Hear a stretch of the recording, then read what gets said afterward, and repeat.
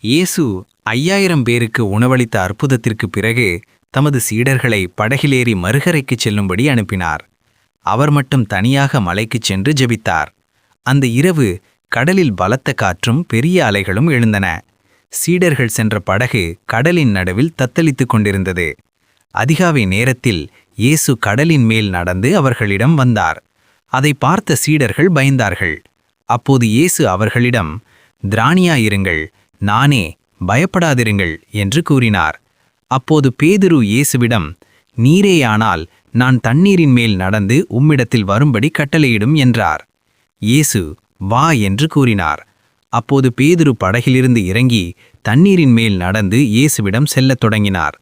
ஆனால் பலமான காற்றைக் கண்டு பயந்ததால் அவர் மூழ்கத் தொடங்கினார்.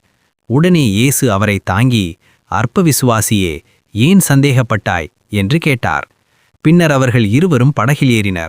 அவர்கள் படகில் ஏறியவுடன் காற்று அமைதியானது. இதைக் கண்ட சீடர்கள் இயேசுவை வணங்கி, "நீர் மெய்யாகவே தேவனுடைய குமாரன்" என்று கூறினர். நாமும் பயத்தை விடுத்து இயேசுவை நம்பினால் சோதனைகளை வெல்ல முடியும். ஆமென்.